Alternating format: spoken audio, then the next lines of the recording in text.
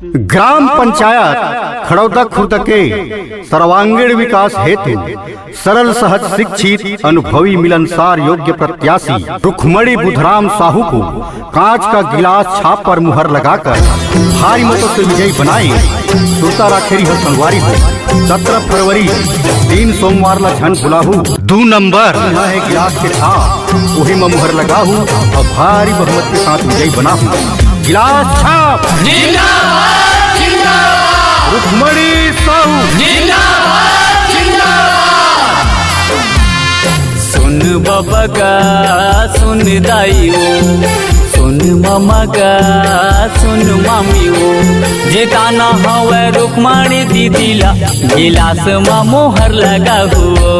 जेताना हवे रुक्मणी दीदीला गिलास में मोहर लगा हुना।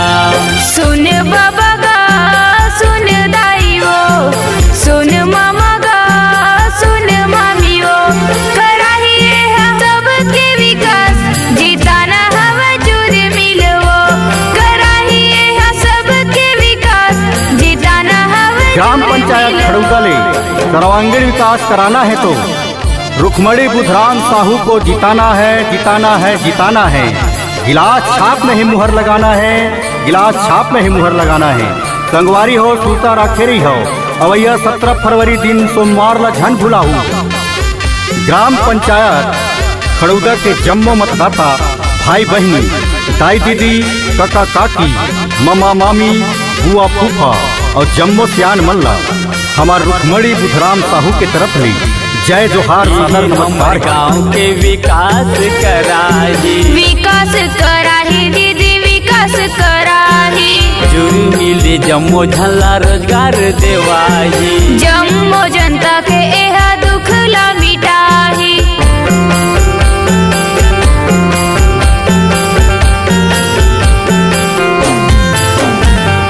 यही हमर गाँव के विकास कराही दीदी विकास कराही जुरी मिली जम्मो झल्ला रोजगार देवाही। जम्मो जनता के एहा दुख ला मिटाही। ताना हवे रुक्मणी दीदीला गिलास में मोहर लगा हुओ। जिताना हवे रुक्मणी दीदीला गिलास में मोहर लगा हुना।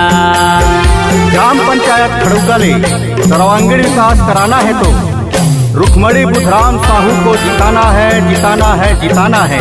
गिलास छाप में ही मुहर लगाना है, गिलास छाप में ही मुहर लगाना है। संगवारी हो सुरता राखेरी हो अवैया 17 फरवरी दिन सोमवार ला झन भुलाहू। ग्राम पंचायत खड़ौदा के जम्मो मतदाता भाई बहनी दाई दीदी काका काकी मामा मामी बुआ फूफा और जम्मो सियान मल्ला हमार रुक्मणी बुधराम साहू के तरफ ली जय जोहार सादर नमस्कार। गिलास छाप जिंदाबाद जिंदाबाद रुक्मणी साहू जिंदाबाद जिंदाबाद। बड़ जू झाड़ू हवे हमर नेता जम्मो जनता के एहा दुख ला मिटाही। छोटे बड़े जम्मो झल्ला हवे नेता। जम्मो जनता के एहा दुख ला मिटाही।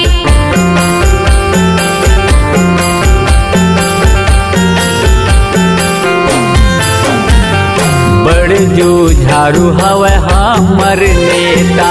जम्मो जनता के एहा दुख ला मिटाही। छोटे बड़े सब झल्ला हवे नेता। जम्मो जनता के एहा दुख ला मिटाही। जिताना हवे रुक्मणी दीदीला गिलास में मोहर लगा हुओ। जिताना हवे रुक्मणी दीदीला गिलास में मोहर लगा हुना। ग्राम पंचायत खड़ौदा के जम्मो मतदाता भाई बहनी दाई दीदी काका काकी मामा मामी बुआ फूफा और जम्मो सियान मल्ला हमार रुक्मणी बुधराम साहू के तरफ ली जय जोहार सादर नमस्कार। संगवारी हो हमार पंचायत के विकास करे खातिर पर हमार रुक्मणी बुधराम साहू है अब ठान ले हवे हमार पंचायत में नाली निर्माण करवाही, सीसी रोड बनवाही, नल जल योजना ला घरों घर पहुँचाही, मुक्ति धाम निर्माण करवाही, रंगमंच बनवाही, गरीब मन के राशन कार्ड बनवाही, और विधवा मन ला निराश्रित पेंशन देवाही। सरकार के जम्मो योजना के लाभ आप सब झन ला पूरा देवाही। ऐसन हमार रुक्मणी बुधराम साहू ला झन भुलाहू, झन भुलाहू, झन भुलाहू। अवैया 17 फरवरी दिन सोमवार के मतदान केंद्र में आहू। 2 नंबर है कांच के गिलास के छाप, वही में मोहर लगा के भारी बहुमत के साथ विजयी बनाहू संगवारी।